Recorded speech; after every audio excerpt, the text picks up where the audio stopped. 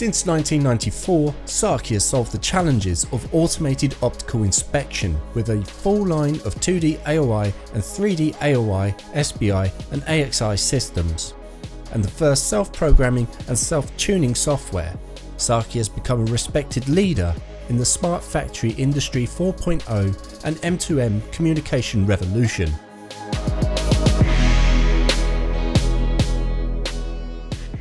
Welcome to the JTAG booth here at Productronica.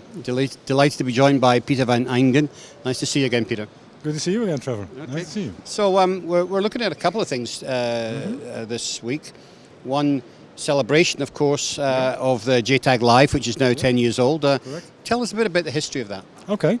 JTAG Live is, if you look traditionally at boundary scan, JTAG boundary scan, then it was originally developed as a tool or a method to test printed circuit boards in manufacturing, because in the middle of the 80s we as the industry saw that with surface mount technology we are no longer able to access the pins as you used to have for structural testing. Right. So in order to cover that problem or to solve that problem, the industry came up with a solution called boundary scan, JTAG boundary scan. So initially all the tools focused at production tests, which is logical because that's where it came from. Over time, of course, you then see that it's used in production, and then the design engineers step by step get problems with the surface mount as well, because you see the BGAs coming. And then they need solutions where they can no longer use their standard probing capabilities, using the multimeters and all the other equipment, but instead need to have other tools. So that's when we developed the JTAG Live as a tool for the design engineers, as well as service repair technicians later on, to be able to access single lines on their board to just check out, like they did with the multimeter traditionally, probe out, buzz out a connection. Is it there or is it an error in my design? And now using boundary scan, they can also probe out the connection between two boundary scan pins on the board easily, without having to set up everything beforehand. They can just, exactly like they want to do in design, is you have an instrument, you connect and you measure and then see the results. So that's what you accomplish with the bus tool, for example, in JTAG Live as well.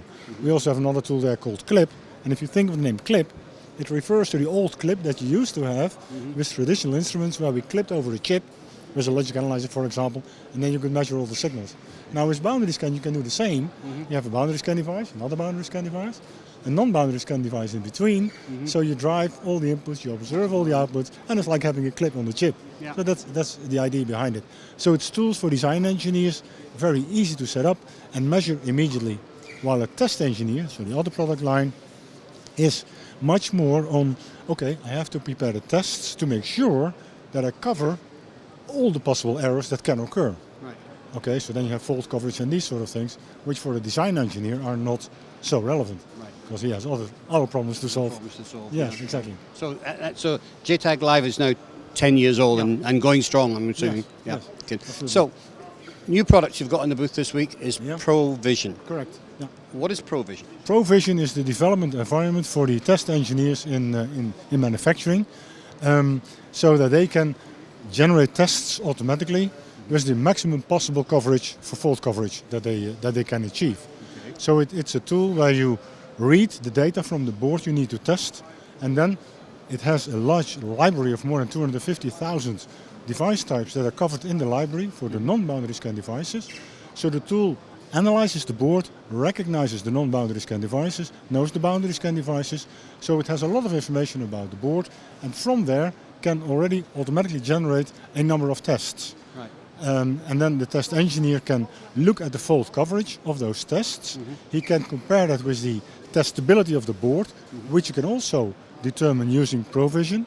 So then he sees testability is this percentage, my coverage is this percentage, I still need to create a couple of tests. And the tool provides him, or the environment provides him all the tools to create those tests and analyze their coverage or addition of the coverage that he has for his board.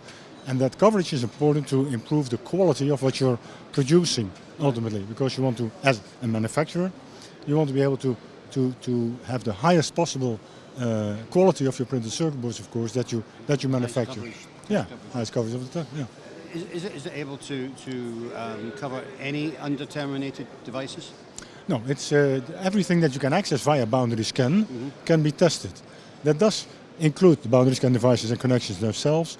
It also includes non-boundary scan devices, like for example memories, as long as I have somehow, via the boundary scan devices surrounding that memory device, access to those pins of the memory device. Okay. And the same is true for other types of non-boundary scan devices. Yeah. So any other leaded components basically that you can get access to? Yeah, exactly. And what is of course very important is that the test engineer can easily create those applications, so that the model library, that the huge model library helps a lot.